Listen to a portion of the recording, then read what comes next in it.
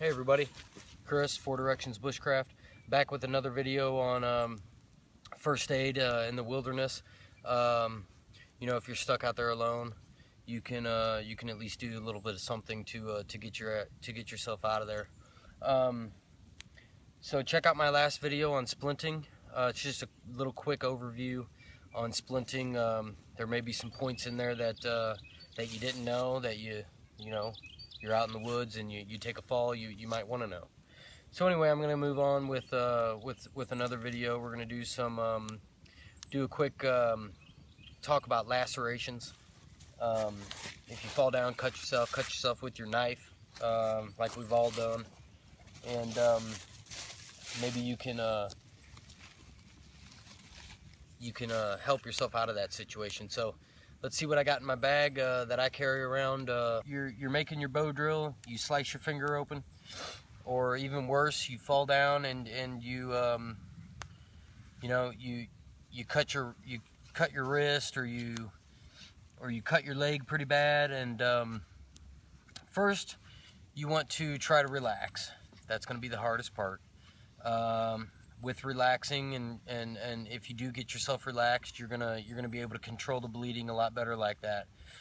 Your heart rate's not going to be up, your respirations aren't going to be up, your blood pressure therefore won't be up as well, and you won't be, you know, your heart won't be pumping that blood around as fast, therefore you won't be bleeding as much, in theory. That's the hardest part though.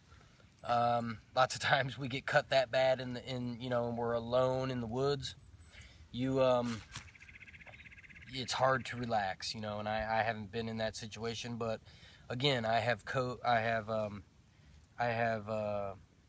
helped people, coached people through those situations before.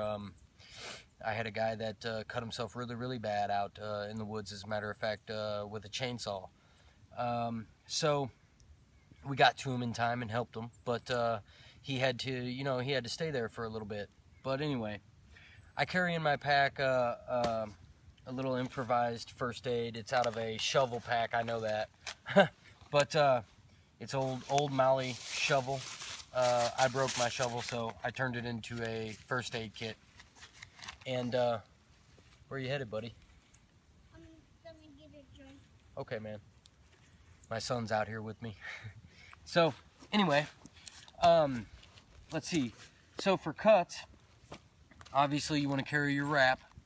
Multiple uses in splinting, lacerations, pretty much anything. So make sure you got a wrap. If not, you can always improvise. Cut a sleeve off of your shirt, cut the bottom off of your shirt, anything like that. You can, if you don't have any wrap or bandages, moss. Put the moss on top of that. It has a natural antiseptic. That'll work. Yarrow. I have some dried here. It's winter out here, of course, as you can see. So we don't have any yarrow that's alive that I can show you. I will be doing a video on that when spring comes around and it's grown. But I do have some that's dried. I have the flowers and the leaves.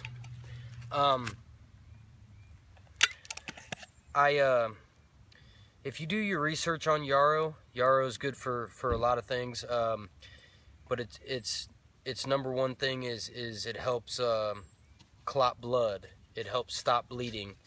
And Achilles, from history, Achilles, he used to crush up the flowers of yarrow, and he would put them on his soldiers' cuts to stop the bleeding and to help them heal. Yarrow is very good. Pick you some, put it on that cut. It'll help stop the bleeding. So I put some yarrow that's dried, and I leave it at home. I also drink it as a tea occasionally. You know, it's said to help internal bleeding as well. I don't know about that. Internal bleeding, if you have an internal bleed, you better get yourself to the hospital instead of drinking some yarrow tea. You better go to the hospital. But anyway, Yarrow, good for minor cuts. Plantain as well, good for minor cuts. It's an antihistamine, so it stops swelling, stops redness. Put that, make a poultice out of your spit, chew it up a little bit, stick it on that cut. In fact, I got cut here with my Mora knife, and I put some yarrow and some plantain on there. It helps stop the bleeding, it helps stop the swelling. So anyway, that's a good resource to use when you're out in the woods.